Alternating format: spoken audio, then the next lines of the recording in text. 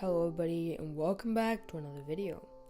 In today's video we're going to be doing what if Naruto had infinite baryon mode, or also as it says in the thumbnail, constant baryon. Now this what if is going to be interesting. You guys that did vote in the poll, so this is going to be the what if I'm making. Now I just want to have a quick little announcement. First of all, I'm gonna try something new just a little bit with the editing, where I try to mix in a little bit of new music, because I feel like having the exact same music play in the background over and over again every video gets a bit repetitive. You might have noticed this in the What If Naruto Had the 10 Tails movie. I kind of did a little bit, but yeah. Either way, I also want to say that this video is half scripted. I did try scripting a video once before. It was part 1 for What If Naruto Had a Kekkei Genkai. It took me multiple days to just write the script, and the video turned out like 19 minutes long. I swear I'm never doing that again. But this thing called half scripting, I feel like it'll make the story and plot way more creative and a lot better, while also retaining that improvisation part to making these what ifs. So I don't want to waste your time too much. If you did click on this video, hopefully you'll like it, and let's just get right into this.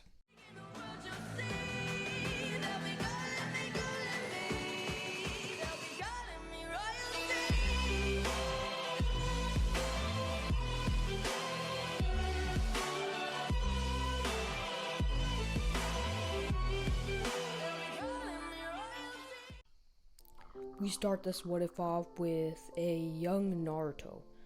A young Naruto, maybe 4 years old, as he's running around the village once again at nighttime with a paint bucket in his hand.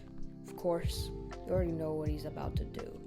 He spots his target, two Chunin, standing next to a building, as he leans over the edge of the roof and pours the paint bucket on the two Chunins and runs away laughing, as he also drops the paint bucket and it falls on their head. The two Chunin, obviously enraged at this, decide to chase after Naruto, running after him at full speed, with Naruto eventually hiding behind a corner, thinking he lost them. Eventually, when he came out, he realized that they were actually still there. One of the ninjas was an expert tracking ninja, and he knew that Naruto was hiding there, as Naruto just realized he was screwed. As when the two Chunin recognized him, they said, "Oh, would you look at that? It's the nine-tailed brat." That rhymes. That didn't mean to rhyme. Well, looks like today we've got a little something to do on our hands. Why don't we teach this kid a lesson? As Naruto tried to struggle and run away, but they caught him from both sides, as they started tying him up with a rope and dragged him out to the forest, as they put them up against a tree, and they said, "This will be fun." And one took out a kunai, while the other just started kicking and punching Naruto. They were just using him as a training bag, a punching bag, as they let out all of their anger on Naruto, stabbing him, beating him, until Naruto's eyes just started to close, as he realized that there was no escaping from this unbearable pain, and just drifted away into another world. As at that moment, the two Chunin realized that Naruto was dead and the job was done. They said, "Serves him right." Meanwhile, we go to Naruto, as he appears in a room, completely dark room with a little bit of dim green lighting. He looks down at the ground, seeing the water below his feet, and he sees another thing, a cage, a huge cage. As he goes next to the cage, seeing the nine-tailed fox within, as he says, what happened? Did I die?" As Kurama says, "Well, not really. I can explain what happened." As Naruto asks him what's going on, and Kurama explains that he is the Nine Tails that everyone has been talking about, and he possesses a lot of power. That if Naruto wants to get revenge on those people, if he wants to come back to life, a second shot per se, Kurama is his key to doing that. Having Kurama inside of him is the only reason Naruto is even remotely alive-ish at the moment. Kurama, he has the ability to save Naruto. He can help him become powerful, get his revenge on the Chunin, and finally gain some respect. Because as Kurama was trapped inside of Naruto for so long, being inside of Naruto, he not only saw what Naruto saw, but he also experienced his pain. And he was sick and tired of all of these villagers, and he, just like Naruto, wanted to get revenge. Almost even more, because while Naruto was in a state of despair, I guess, Kurama was in a state where he just wanted revenge on the villagers, showing them their place against something like the Nine Tails. As they made a deal, and right as the Chunins were walking away from Naruto's body, a bright orange glowing light started emitting off of it.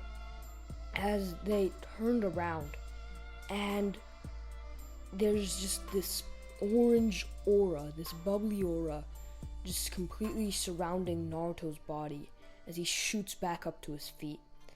His entire presence, his demeanor has completely changed, as the bloodlust is just almost visible coming off of him, as the two Chunin are stunned, frozen in their tracks, with Naruto blitzing at them with shocking speed and kicking and killing them almost instantly with the incredible burst of power from the Nine Tails given to him. And the two Chunin die. This mode looks a little bit like Kurama influence, like QB influence, but it has the color of like the orangish color of KCM. It's called, well, not yet, but no, I won't spoil it. Either way, Hiruzen, meanwhile, in his Hokage's office, is sitting with his crystal ball, watching Naruto do this, as he's both shocked at what the Chunins did, but even more shocked at what Naruto did, is he decides to just keep quiet about it and not say anything.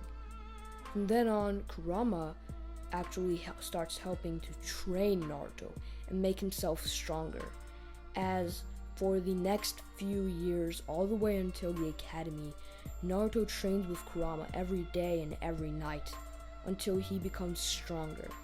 And by that point, Naruto actually is extremely powerful. Maybe like he's like around Sasuke level, right?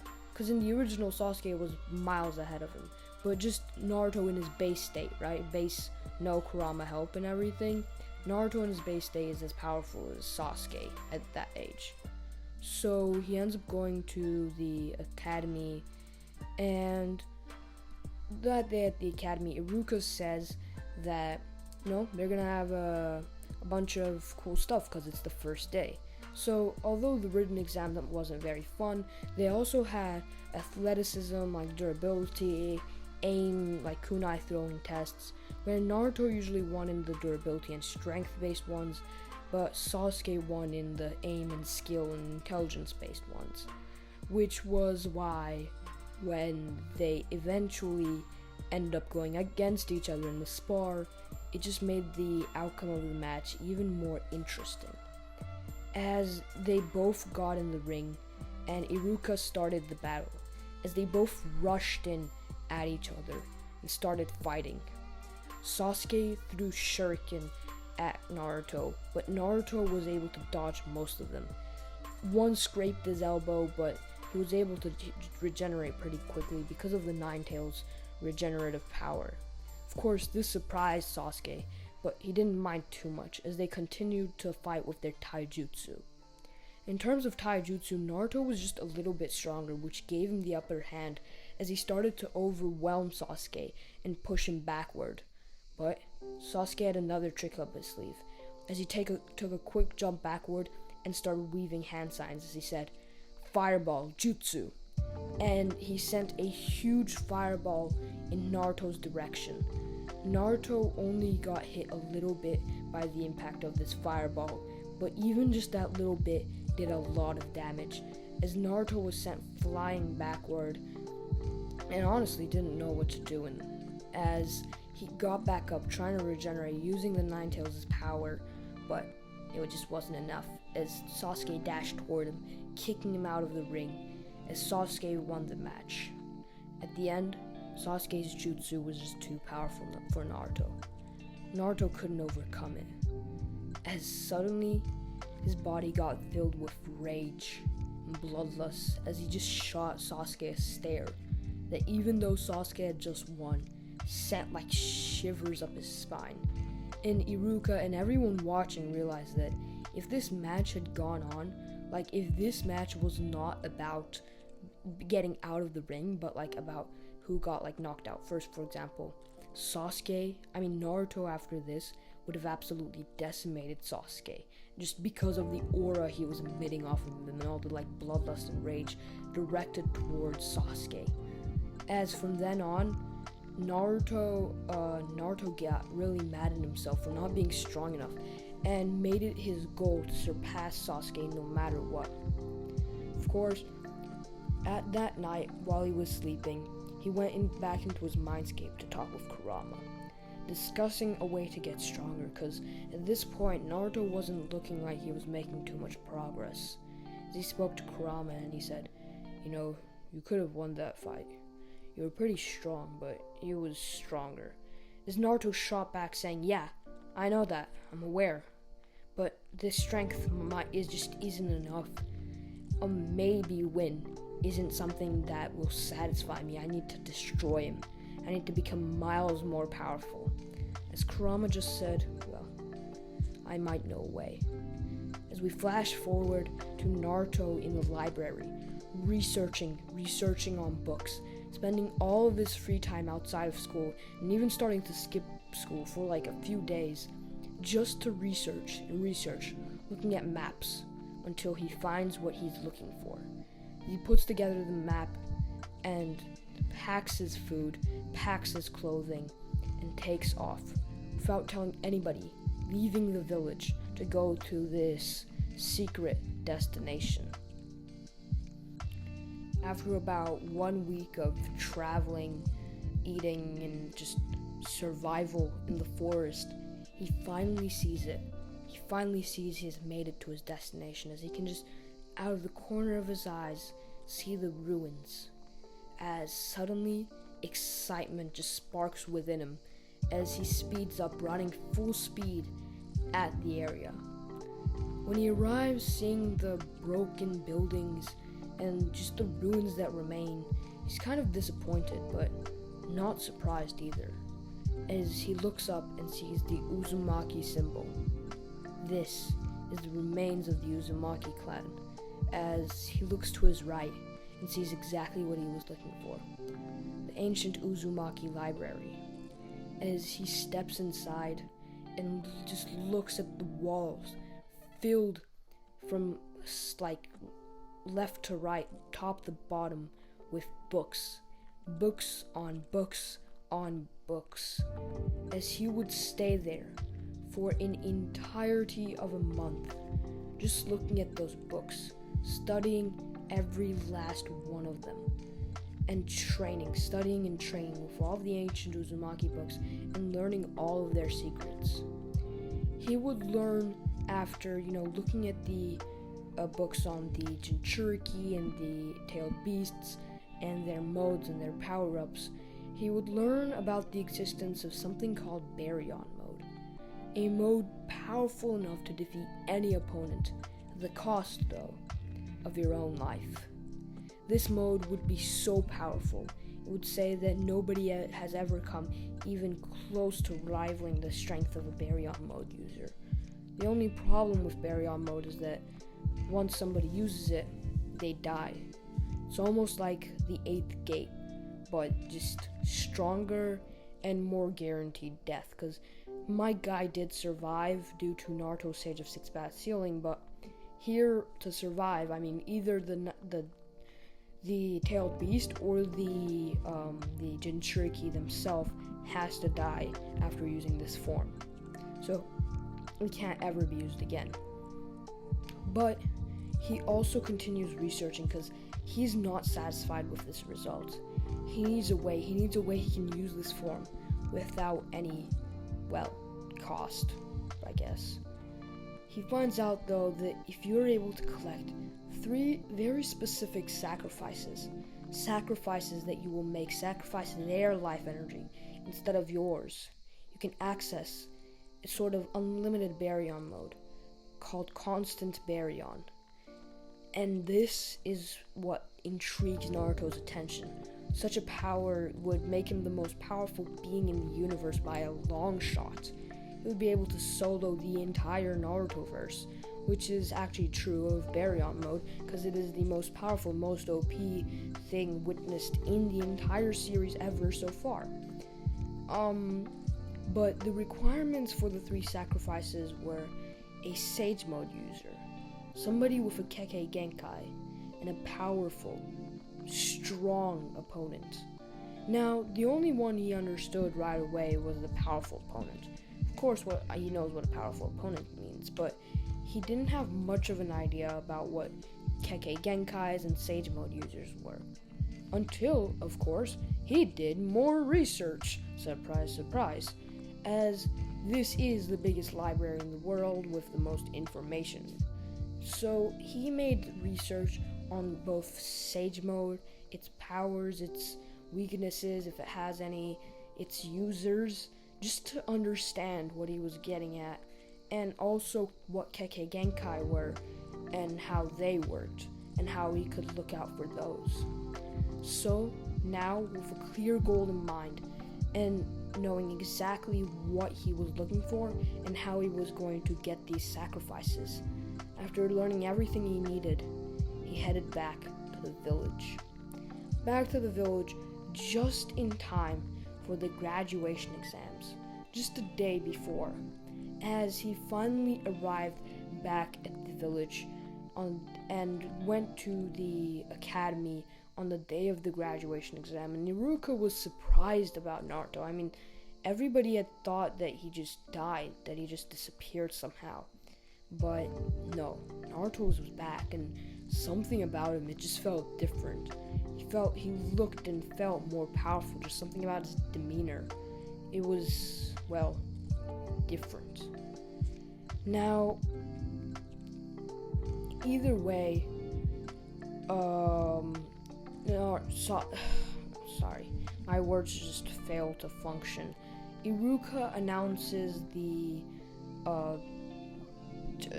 graduation exam, I can't speak, and says that there will in fact be sparring.